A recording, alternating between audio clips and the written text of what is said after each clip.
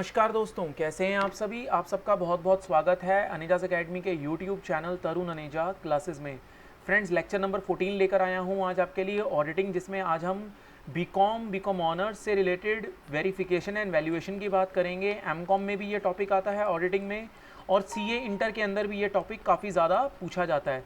तो देखिए, सबसे पहले समझते हैं कि वेरिफिकेशन है क्या। वेरिफिकेशन का मतलब होता है फैक्ट्स को वेरीफाई करना। कौन से फैक्ट्स? वो फैक्ट्स जो कि हमें फाइनेंशियल स्टेटमेंट में बताए गए हैं। फाइनेंशियल स्टेटमेंट बोले तो हमारी बैलेंस शीट। बैलेंस शीट में बताया गया है कितनी एसेट्स हैं हमारे पास, कितनी लायबिलिटीज़ हैं।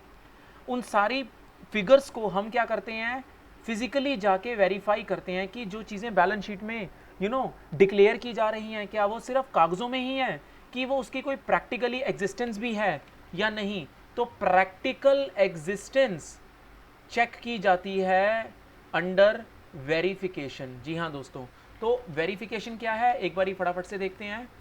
Here verification means the procedures normally carried out at the year end. Obviously जब फाइनेंशियल स्टेटमेंट बन जाएंगी उसके बाद ही ये काम होगा। To confirm the ownership, valuation and existence of items at the balance sheet date. तो बैलेंस शीट डेट पे जो जो चीज़ें हमारी एसेट्स लायबिलिटीज़ की हैं, क्या वो एग्जिस्ट कर रही हैं बेसिकली एसेट्स की। In simple words, verification means proving the truth और कन्फर्मेशन। स्पाइसर और पेगलर ने इसके बारे में कहा है, डेफिनेशन दी है कि the verification of assets implies an inquiry into the value, ownership and title. जो एसेट्स बताई गई, क्या वो कंपनी के नाम पर भी हैं या किसी और के नाम पर हैं, एग्जिस्ट करती भी हैं, क्या पोजेशन कंपनी के पास है, और उसकी प्रेजेंस की, उसके ऊपर कोई चार्ज तो नहीं कर रखा अलग से, यानी उसे कहीं गिरवी तो नहीं रखवा रखा। चार्ज ऑन एसेट का मतलब होता है कि असेट्स हैं लेकिन उस पर हमने कहीं से लोन ले रखा है उसको मॉर्टगेज करके, तो ऐसा कुछ तो नहीं है। तो ये सब चीज़ें हम चेक करते हैं वेरिफिकेशन के स्टेप में। वेरिफिकेशन के साथ एक स्टेप आता है जिसे हम, जो कि हम कह सकते हैं इनहेरेंट स्टेप है, दोनों साथ चलते हैं, जिसका नाम है valuation. So next thing comes out to be valuation. आइए समझते हैं वैल्यूएशन क्या है दोस्तों। वैल्यूएशन से हमारा मतलब है to set the exact value of an asset on the basis of its utility. किस एसेट की क्या यूटिलिटी है उसके अकॉर्डिंग उसकी वैल्यू रखी जाती है। हमें देखना पड़ता है कि कई एसेट्स ऐसी होती हैं बिजनेस में जिसे ओवर वैल्यू करके दिखाया जाता है, क्या ये चीज़ करी तो नहीं रही, करी तो नहीं जा रही। सिमिलरली कोई ऐसी एसेट जो अंडर वैल्यू तो नहीं है। इन चीज़ों को हम यहाँ पे देखते हैं। बेसिकली इसी काम को ही कहा जाता है valuation. So valuation forms an important part of the everyday audit. It is because the accuracy of balance sheet depends much upon how correctly the estimation of the value of asset and liabilities has been made. Sometimes क्या होता है, balance sheet में अपनी balance sheet को अच्छा दिखाने के लिए विंडो ड्रेस कर दिया जाता है। विंडो ड्रेसिंग हमने बचपन से पढ़ा है, वैल्यूज़ के साथ छेड़ाखानी करना।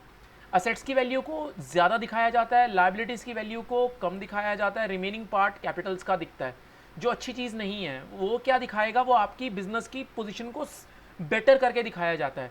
ऐसा नहीं करना चाहिए। Both over valuation and under valuation of asset and liability would exhibit, exhibit का मतलब होता है प्रेजेंट करना, wrong picture of the financial affair of a concern. Business के लिए, बिजनेस की, कंसर्न की ये रॉन्ग पिक्चर प्रेजेंट करना। देखिए, अगर आप ऐसा करते हैं तो बैलेंस शीट के मायने खत्म हो जाएंगे, लोग विश्वास खो देंगे फाइनेंशियल स्टेटमेंट्स पे। तो ये चीज़ सही नहीं है, और इस चीज़ को चेक कौन करेगा, ऑडिटर। किस स्टेप में, अंडर वैल्यूएशन।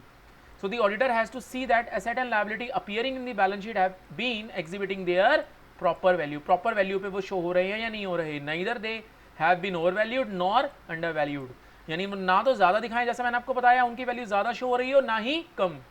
अब इसके मेथड्स क्या हैं एक बार फटाफट से जान लेते हैं दोस्तों। 7 मेथड्स हैं हमारे कोर्स में। सबसे पहला है कॉस्ट प्राइस। कॉस्ट प्राइस वो प्राइस होता है जिसको हम पे करते हैं असेट को खरीदने के टाइम पे। हमें बेसिकली 11th क्लास में हमने अकाउंटिंग पढ़ी है, जिसके अंदर हमने पढ़ा है हिस्टोरिकल कॉस्ट कॉन्सेप्ट, जिसमें हमने इसी प्राइस की ही बात करी थी कि हमें अपनी बिजनेस में बुक्स में असेट्स को हिस्टोरिकल कॉस्ट, यानी वो प्राइस जिस पे असेट को पे करते हैं हम, जिस अमाउंट को पे करके हम एसेट को खरीदते हैं, हमें उस पर शो करना चाहिए। यकीनन इसमें अगर कोई एक्सपेंस करा है हमने तो वो एक्सपेंस ऐड कर सकते हैं इंस्टॉलेशन कॉस्ट के रूप में। यानी कि जो वैल्यूएशन में मेथड्स आएंगे, मेथड में सबसे पहला जो है वो है कॉस्ट प्राइस। और कॉस्ट प्राइस क्या होगा, कॉस्ट प्राइस होगा purchase price plus installation expense, machine को लगाने की कॉस्ट, तो वो सारी चीज़ें ऐड करके इंस्टॉलेशन, जैसे एसी लिया आपने 50,000 का, लगवाई के उसके 5,000 दिए तो 55,000 की कॉस्ट प्राइस बैठती है। या तो आप बुक्स में 55,000 दिखा रहे हैं कॉस्ट प्राइस के हिसाब से, तो कॉस्ट प्राइस यही वाला होना चाहिए, ना इससे कम ना इससे ज़्यादा। नंबर 2 है मार्केट वैल्यू। एक होती है मार्केट वैल्यू, वो वैल्यू जिस पे आपने असेट को मार्केट में अगर आप बेचते तो कितने का बेचते। अ value which an asset can fetch in the market when sold is known और टर्म्ड एज मार्केट वैल्यू। यदि आप इस असेट को आज की डेट में मार्केट में बेचते हो तो उसकी वैल्यू क्या होगी, यानी कि मार्केट में उसकी वैल्यू क्या चल रही है। तो मार्केट वैल्यू मैं आपको बताऊंगा कहाँ यूज होता है। पहले मार्केट वैल्यू की बात कर लेते हैं। Market value present sales price, at present sales price क्या चल रहा है वही कहलाता है हमारा मार्केट वैल्यू। ये यूज होता है कॉस्ट क्लोजिंग स्टॉक के केस में, ये यूज होता है क्लोजिंग स्टॉक के केस में। क्लोजिंग स्टॉक को बेसिकली मार्केट वैल्यू या cost price which ever is least के कॉन्सेप्ट से दिखाया जाता है, तो इसलिए मार्केट वैल्यू भी यूज होती है वैल्यूएशन के टाइम पे। तीसरी वैल्यू यूज होती है जिसे कहते हैं हम रिप्लेसमेंट वैल्यू। रिप्लेसमेंट वैल्यू क्या होती है, ये वो प्राइस होता है अगर मान लो कोई एसेट आपकी पुरानी हो गई, आप उसे रिप्लेस कराते हो, रिप्लेस कराने के लिए आप उसके लिए क्या कॉस्ट पे करते हो, वो कहलाती है replacement cost. So it is a price at which a particular asset can be replaced. The asset such as commission freight etcetera is included in such a value. यानी कि अगर आप रिप्लेस कराते हो, सपोज आप एक टीवी लेकर आए, लेट्स से आप एक टीवी लेकर आए, अब आप टीवी लेकर आए लेकिन वो टीवी जो लाए वो ख़राब है। होता है ना कई बार कोई नई चीज़ जो होती है उसके अंदर कोई मैन्युफैक्चरिंग डिफेक्ट निकल आता है।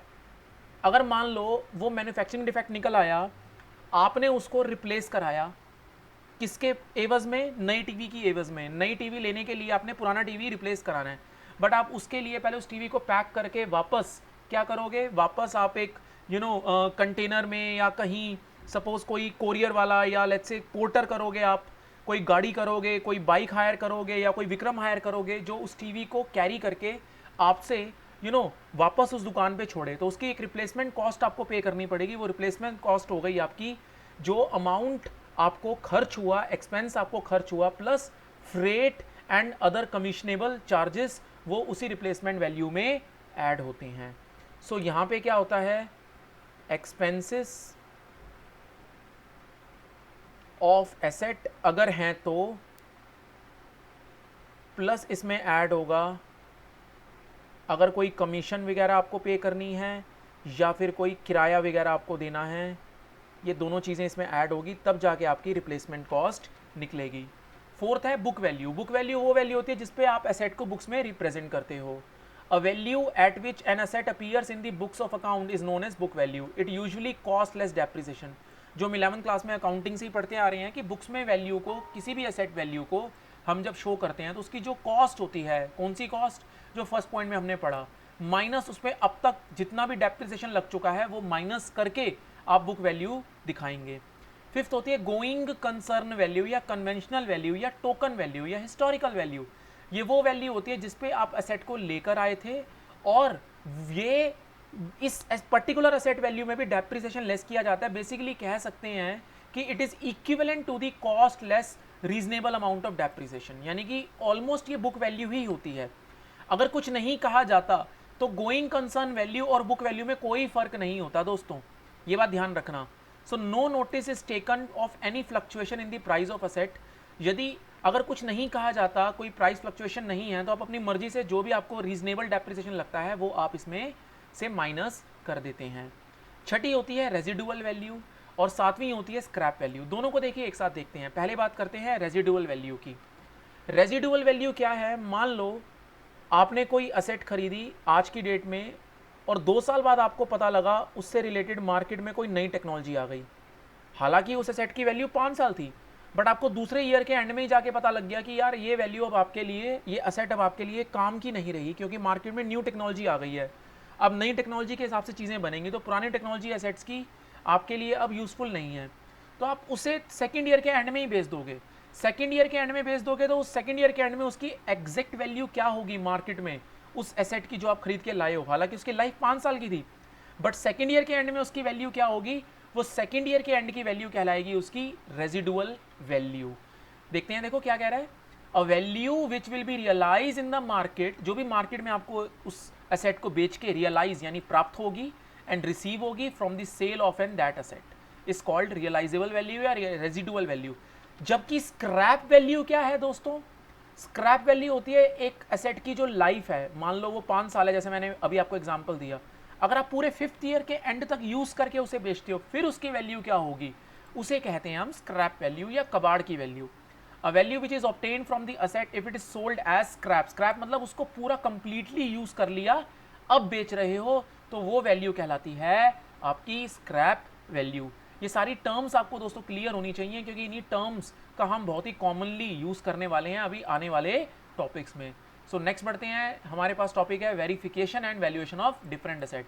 अब क्या होगा दोस्तों, अब जो टॉपिक मैं यहाँ से जो शुरू करा रहा हूँ, यहाँ पे अब हम डिफरेंट एसेट की अलग अलग तरीके से वेरिफिकेशन या वैल्यूएशन सीखेंगे कि बीइंग एन ऑडिटर आपको, अगर आप इंटेंजिबल एसेट की वैल्यूएशन करते हैं तो क्या होगा, फिक्स एसेट की वैल्यूएशन करते हैं तो क्या होगा, फ्लोटिंग एसेट की वैल्यूएशन करते हैं तो क्या होगा, मैं भी एक एक करके इनका मीनिंग भी समझा दूंगा।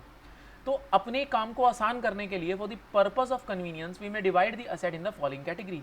पहला इंटेंजिबल, इंटेंजिबल क्या होती है दोस्तों, ऐसी एसेट जिसे हम देख नहीं सकते, टच नहीं कर सकते, neither we can't see those assets and nor we can touch those assets. तो ऐसी एसेट्स क्या कहलाएंगी हमारी intangible, like goodwill, patent, trademark, copyright, computer software, क्या देख सकते हैं, बिजनेस की पहचान देखी जाती है। पेटेंट यानी कि कोई फॉर्मूला का राइट हमने रजिस्टर कराया, क्या हम उसे देख सकते हैं। ट्रेडमार्क, हमने अपना जो नाम है, मान लो मेरा नाम है बिजनेस का अनेजास अकेडमी, तरुण अनेजा मेरा नाम है, अनेजास अकेडमी के नाम से मैं टीचिंग प्रोफाइल के बिजनेस को चला रहा हूँ, अगर मान लो इसका नाम मैंने रजिस्टर करा लिया तो वो ट्रेडमार्क कहलाएगा। कॉपीराइट, अगर मान लो मैंने एक लोगो बनवाया, उस लोगो का कोई कॉपी ना कर सके उसके लिए मैंने राइट ले लिए, उसे कॉपीराइट कहेंगे। उसकी वैल्यूएशन कैसे होगी, इंटेंजिबल की सीखेंगे हम।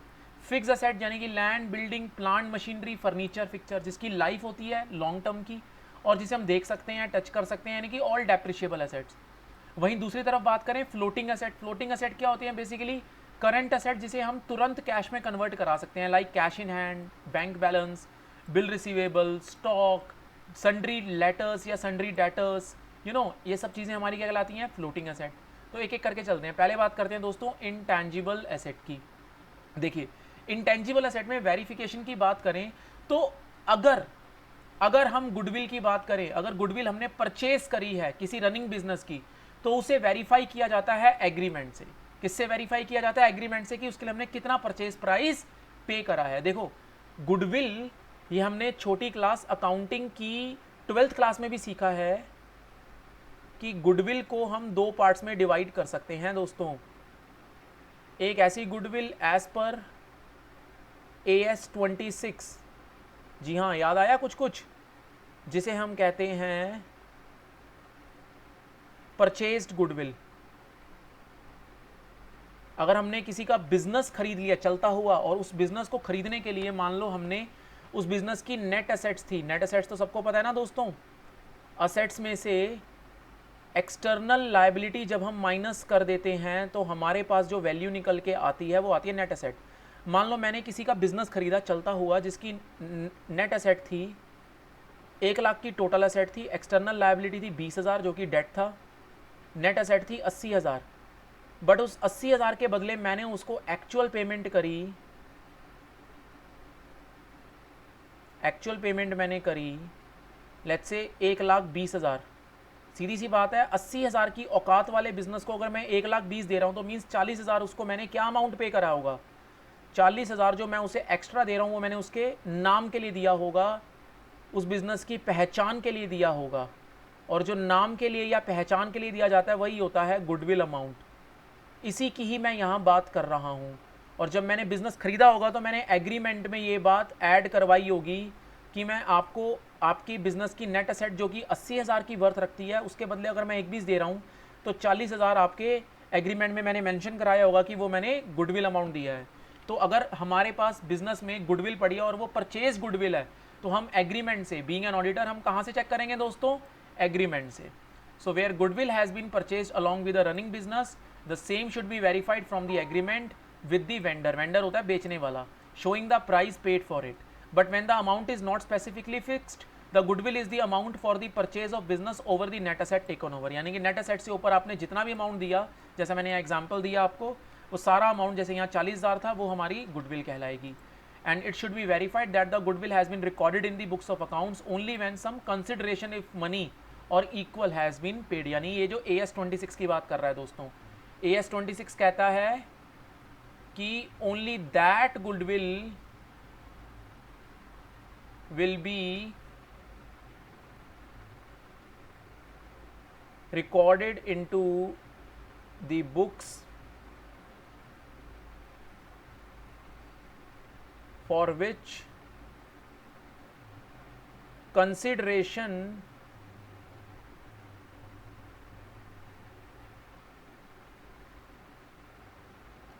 in terms of cash has been paid.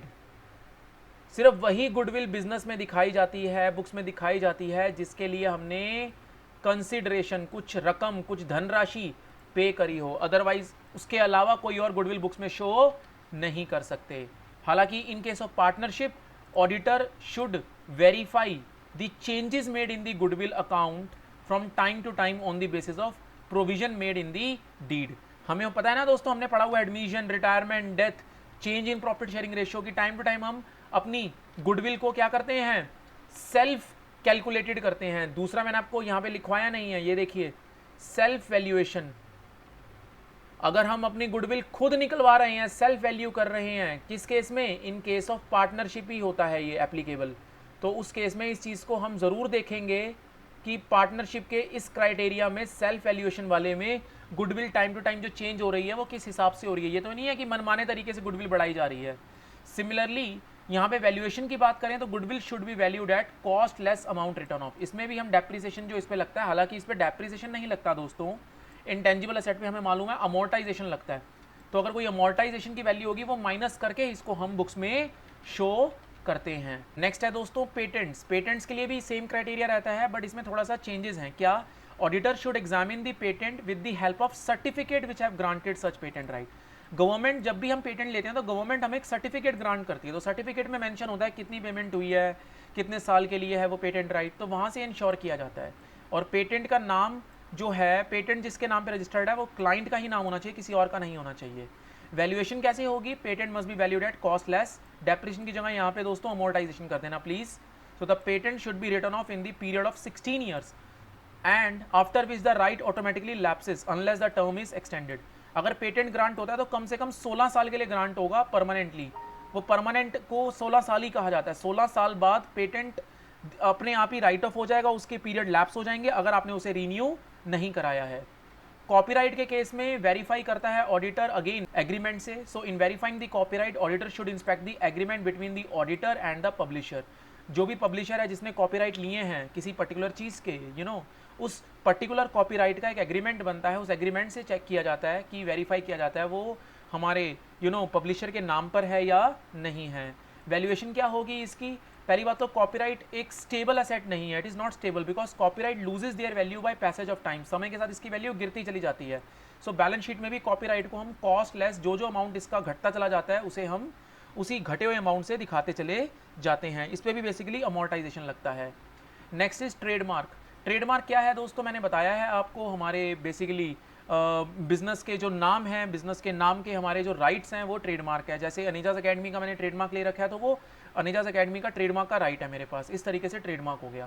So trademark can be verified by examining the assignment deed duly endorsed by the office of the registrar of trademark. Trademark registrar office से हमें एक deed मिलती है जो कि हमारे नाम पे ट्रेडमार्क के राइट्स को दर्शाती है. वहाँ से ऑडिटर जाके चेक करेगा कि वो एक्चुअल में उस पर्सन के नाम पर हैं ट्रेडमार्क राइट्स या नहीं दोस्तों.